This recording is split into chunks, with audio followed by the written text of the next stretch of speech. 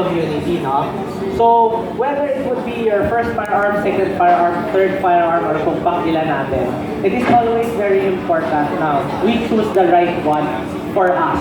Not firearm na nakita lang natin sa iba, nakita natin na yun yung gusto nila, yun na rin yung gusto natin. So that's not necessarily always the case. We should always choose a firearm that fits our needs.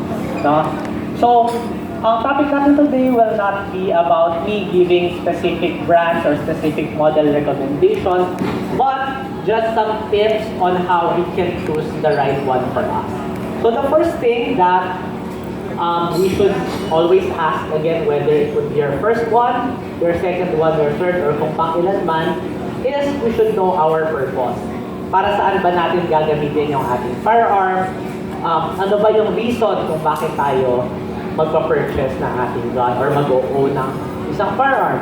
Because by doing so, kalahati na ng challenge sa pag-choose ng firearm for us, masosolve na natin just by knowing ano ba yung purpose natin.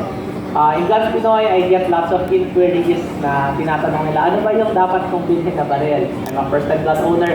Guns Pinoy, ano ba marirecommend mong barel? That is very difficult for me to answer.